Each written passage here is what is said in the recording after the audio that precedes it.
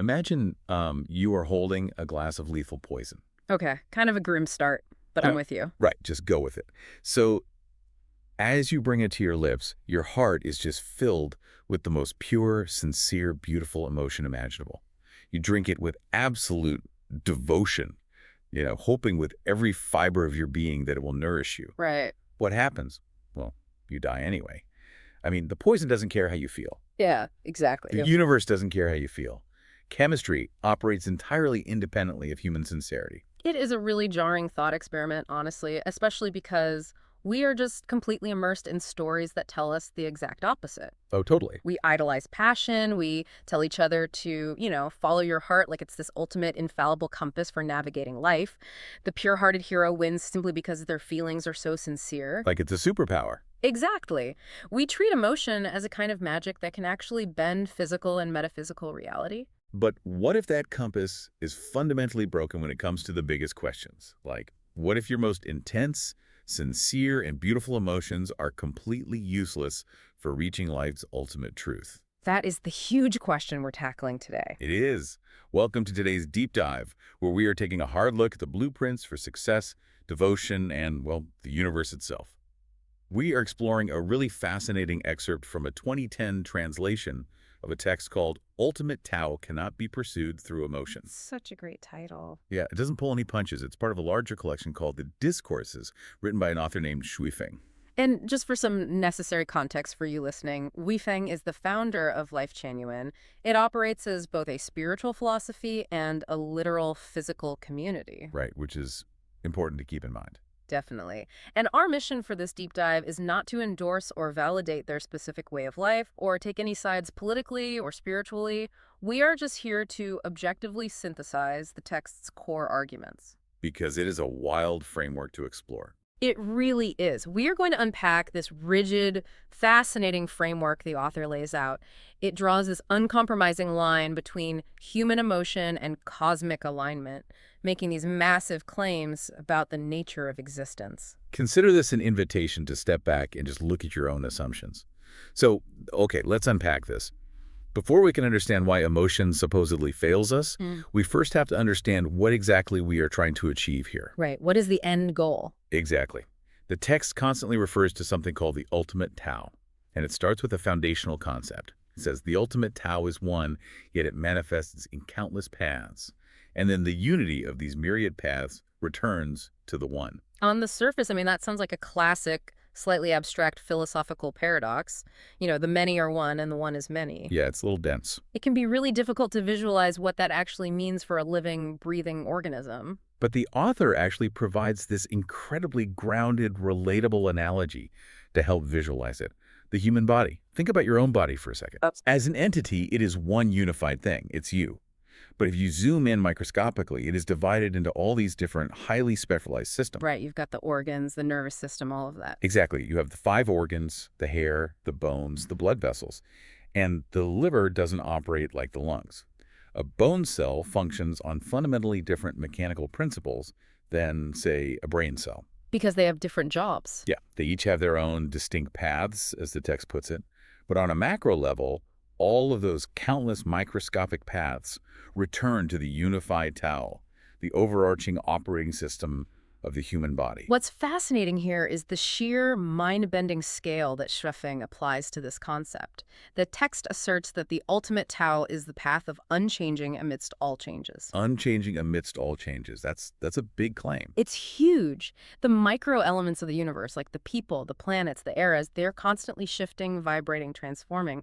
But the macro structure, the ultimate truth, it does not alter with the passage of time or shifts in space. It is entirely rigid. So it's basically a structural absolute.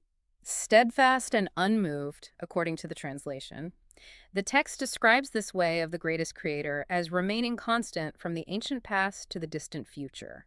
It claims this structure spans from 20 parallel worlds to 36-dimensional spaces. Wait, 36 dimensions? That's intense. I know. We are talking about a set of rules so fundamental that they apply across dimensional realities. Even concepts like love are subject to this rigid architecture. Wow. The text argues that the structural reality of love remains mathematically unchanged whether you are looking at insects, animals, humans, or even gods and Buddhas. The underlying architecture of existence just simply does not budge. Which brings us to the central conflict of the source material. If the ultimate truth of the universe is this grand, this mathematical, and this unchanging, our natural human instinct is to pursue it with our deepest feelings. Right, because that's all we know how to do. Exactly. We think, well, if I just love enough, if I am just devoted enough, I will align with the universe. But the text aggressively challenges that instinct. It explicitly says the ultimate Tao cannot be pursued through emotion. It shuts it down completely. It does. Think about it like trying to build a massive skyscraper, using nothing but pure enthusiasm. Oh, I like that analogy. Right. Passion is great. You need motivation to fund the project and get people onto the construction site. But without physics, without structural engineering, and an understanding of load-bearing walls, that building is going to collapse. Yeah, you can't just feel your way into a structurally sound building. You really can't. Gravity just does not care about your passion. And the author echoes that exact logic with a series of stark, almost blunt examples in the text. We already mentioned the poison at the start. Right. The poison doesn't care. Yeah, and the text goes on to point out that no matter how sincere a mouse acts toward a cat, the cat will still eat it. It is their structural relationship. Emotion cannot override biology. It's harsh, but it's true. Or, mapping back to your engineering idea, the text notes that no matter how much deep affection you invest in a car, if you don't actually master driving skills and the rules of the road, you are going to get into a crash. Okay, I have to push back here a little bit on behalf of the listener. Yeah. Because the poison, the cat, the car, those are physical realities. We can all agree that physics and biology don't care about our feelings. A fair point. But the text applies this to things we assume are entirely built on emotion. It says, no matter how deep the affection, a marriage can still end in divorce. It says parents can love their children infinitely, but the children might still turn out unfilial. Yeah, it goes there. It even says kowtowing to a master and offering incense will make a disciple a sage. Honestly, this sounds incredibly cynical. Are we really saying that a mother's love or a lifelong spiritual devotion means nothing structurally? I get why you'd ask that. It definitely reads as a cold splash of water. Yeah. But when you dig into the framework, the text isn't actually anti-emotion. It is rigorously defining emotion's limits. Okay, how so? It posits that emotion is a reaction to structure, not a foundational law itself. You can have the most beautiful paint job on a house, but if the foundation is cracked, the house falls. Okay, so the emotion is the paint. Exactly. The text argues that no matter how much you invest emotionally in a family, a nation, a religion, or a political party, that emotion alone cannot guarantee your freedom, your happiness, or a future in heaven. Actually, the text uses the phrase scattered sand to describe this, doesn't it? Yes, that's a brilliant metaphor from the author. You can have a group of people deeply affectionate toward one another. They are like grains of sand in a bucket touching close, seemingly unified. But the second the wind blows, the second there is external pressure or internal hardship, they just disperse. Right, because nothing is fundamentally binding them together at a structural level. Emotion fluctuates. One day you feel deeply in love, the next day you are irritated by the way your partner chews their food. Oh, we've all been there. Right, so if your entire connection is based on how you feel in the moment, your connection is incredibly fragile. Structure, however, remains. Here's where it gets really interesting. Because if emotion is just the fuel, but not the steering wheel, what actually guides us to this ultimate Tao? That is the million-dollar question. If feelings won't get us to the truth, and they won't even keep a family together, what does the text actually offer as the solution? The author introduces a highly specific, almost mechanical concept. They call it resonating in frequency. The text declares this is the only correct and effective method to attain the ultimate Tao. Resonating in frequency. Yeah. And to understand this, we need to introduce a crucial piece of the author's vocabulary, the non-material structure of life. Life with a capital L. We should probably define that clearly, because it does sound like some heavy jargon. It is basically the hinge of the whole philosophy. According to the text, every living being has a physical body, but they also have an invisible architecture of consciousness, their non-material structure. So like a soul. Kind of, but think of it more like your spiritual code or blueprint. It encompasses your core values, your worldview, your moral operating system. And this non-material structure is constantly broadcasting a frequency. That makes perfect sense, actually. The way I picture this is literally like tuning an old-school radio dial. Oh, that's a good way to look at it. If your favorite station is broadcasting on 100.1 FM and your internal dial is set to 99.5, you are going to get static. It doesn't matter how much you want to hear the music. Right, desire doesn't fix the signal. Exactly. It doesn't matter how sincerely you stare at the radio or how much emotion you pour into the speaker. Yeah. Unless you mechanically tune your receiver to the exact same frequency as the broadcast, the connection physically cannot happen. That radio analogy perfectly explains the text's view on human connection. The author argues that if two people resonate in frequency, meaning their non-material structures share fundamental views on life, morality, and the universe, then distance and background become entirely irrelevant. They just click. They do. They could be separated by oceans, they could have entirely different life experiences, but the moment they interact, they are intimately connected. Because their dials are tuned to the exact same station, there is zero static. But I guess the tragic flip side of that is also true.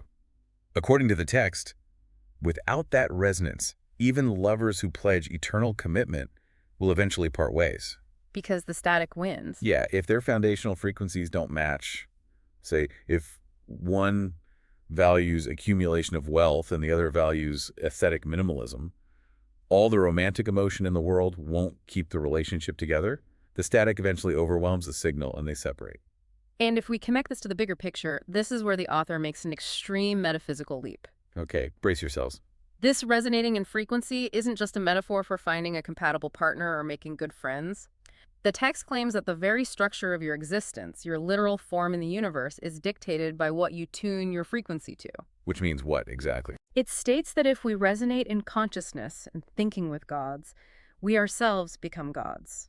If we resonate in frequency with Buddhas, we become Buddhas. Hold on, I need to pause you there because the text doesn't just talk about gods and Buddhas. It says quite literally that if a human resonates in frequency with a pig, one becomes a pig. Yes, it absolutely says that. If one resonates with a dog, one becomes a dog.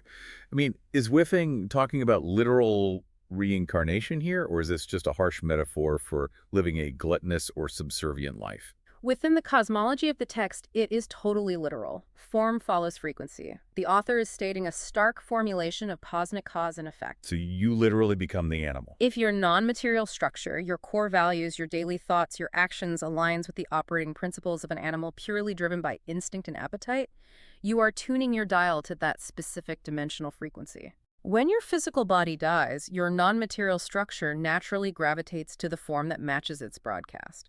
You don't get cast down as a punishment. You simply manifest as the frequency you tuned yourself to. Which completely reframes the idea of spiritual progression. It's not about begging a higher power for favor. Not at all. It's not the disciple offering incense and crying tears of devotion hoping a master will magically turn them into a sage. It's about doing the internal, often unglamorous structural work to change your own dial. You have to adopt the operating principles of the realm you actually want to inhabit. And this raises a really important question. I mean, it is one thing to talk about tuning your internal dial to the frequency of a Buddha when you are meditating alone in a quiet room. Right, when nobody is bothering you. Exactly. It is entirely different to see how this highly theoretical, metaphysical philosophy operates when you apply it to a real living human community. How does this survive the friction of living with 50 other people? That is the ultimate stress test. Taking it from the laboratory of the cosmos down to the laboratory of life. And the text actually brings up a specific real-world example of this, Lifechanyuan's second home. Yes, their physical community. The author points to this place and basically says, look, here is the proof of concept. Based on the source material, how exactly does this philosophy function day to day for these people? Well, the success of this second home, according to the text, is due to the fact that it is maintained strictly by shared values, not by emotion. Oh, like the scattered sand thing again. Exactly. When a normal community faces a dispute, they often rely on emotion to fix it. Someone apologizes, people kiss and make up, they rely on affection to smooth things over. But affection fluctuates. Yes, it does. In the second home, the text claims they replace the fluctuating glue of emotion with the concrete binding of shared frequency. So they all agreed on the foundational rules, like the structural engineering, before building the house. Precisely. Because the community resonates on this shared frequency regarding life, morality, and the universe, interpersonal disputes aren't solved by emotional maneuvering. They don't just guilt trip each other. No, they are solved by referring back to the structural frequency they all agreed upon. The text claims that because of this mechanism, the community has a unique property. It can scale infinitely. Which is wild. The author says it doesn't matter if there are 10 people, 100 people, 100,000, or even 100 million people. Right. As long as the frequency is matched, the community will remain warm, harmonious, and orderly. And I mean, anyone who has ever tried to plan a group dinner for more than 6 people knows how impossible that sounds. It sounds like an impossible utopia, and the author actually knows that. The text immediately follows that grand claim of infinite scaling with a pretty severe warning. Oh, what's the catch? It states that the moment there is even a slight deviation in frequency, like the moment someone starts tuning to a different station or prioritizing a different set of values, illusions, deceit, and conflicts will inevitably arise. So the static starts creeping in. Exactly. The text uses the dramatic phrase feudal warlordism to describe what happens when a community fragments. Without the overarching frequency, people retreat into emotional factions, basically backing whoever they like best rather than what is structurally true. So what does this all mean? We've spent this whole time hearing about how emotion is mechanically ineffective. We have. It can't build a skyscraper, it won't keep you from being eaten by a cat, it won't get you to heaven, and it can't even keep a community from turning into feudal warlords. It sounds pretty bleak when you list it out like that. It does. It almost sounds like the ultimate goal of this philosophy is to become a cold, calculating, frequency-matching robot, devoid of all feeling. Is the text ultimately saying that emotion is a bad thing? That is the crucial nuance we really have to hit here. The text anticipates that exact misinterpretation and clarifies its stance explicitly at the end. It declares that emotion is absolutely necessary. Oh, thank goodness. Yeah, in fact, it uses a biological analogy, describing emotion as being like blood in the human body. So you literally cannot live without it. You cannot live a day without it. The author goes as far as to say, with emotion there is heaven, without emotion there is hell. A life devoid of feeling, devoid of affection and warmth, is just a hellish existence. That makes a lot of sense. However, and this is the hinge of the entire deep dive today, you cannot enter heaven on emotion alone. I see the distinction. To get through the door, you must resonate in frequency with the beings and the order of heaven. Emotion is what makes the experience of heaven beautiful once you are there. It's the blood pumping through the living body. But the body has to exist first. Right. It is the structural resonance, the frequency that builds the body and gets you through the gate in the first place. That is a phenomenal way to frame it. Having a beautifully decorated, cozy living room is wonderful. That's the emotion, that's the warmth, the blood in the body. Yeah, exactly. But if you don't have the key to unlock the front door of the house, which is the frequency, you're just standing out in the freezing cold, vividly imagining how nice the living room feels. That's a perfect analogy. You have to have both, but you have to use them for their correct, specific purposes. Yeah, you can't unlock a deadbolt with a warm feeling. You need the structurally correct key. And that key is forged by perfecting your non-material structure, by aligning your daily actions and core values with the unchanging Tao. Well, to you listening, as we wrap up this journey today, let's just take a moment to summarize what we've explored. We started with our default human tool sincere emotion. The compass we all rely on. Right. And we looked at how, while it is undeniably beautiful and absolutely necessary for a rich life, it is mechanically ineffective for changing the fundamental structure of reality. It's just paint on the house. Exactly. Whether you are trying to build a lasting relationship, organize a harmonious community, or align yourself with the cosmos, passion alone simply isn't enough. To truly align with what the text calls the ultimate Tao, it requires the rigorous, disciplined work of resonating in frequency. Which is hard work. It is. It requires matching your internal dial to the shared values, principles, and objective order of the reality you actually want to inhabit. And that leads to a final thought I want to leave you with, something to mull over that builds on the text's concluding instruction.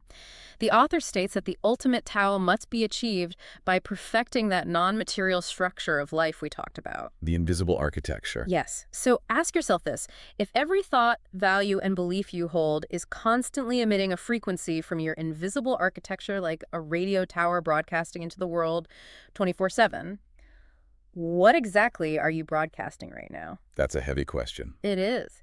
And perhaps more importantly, if you look at the people, the situations, and the environments that are currently drawn into your daily life, what does that tell you about the frequency you are unknowingly tuned to? Wow. That is a deeply confronting question that will definitely stick with you long after this audio finishes. It has been an incredible exploration of the ultimate Tao today. Thank you for joining us on this deep dive into the source material. It was a pleasure. Keep questioning your assumptions, keep examining your foundations, and most importantly, keep checking your frequency.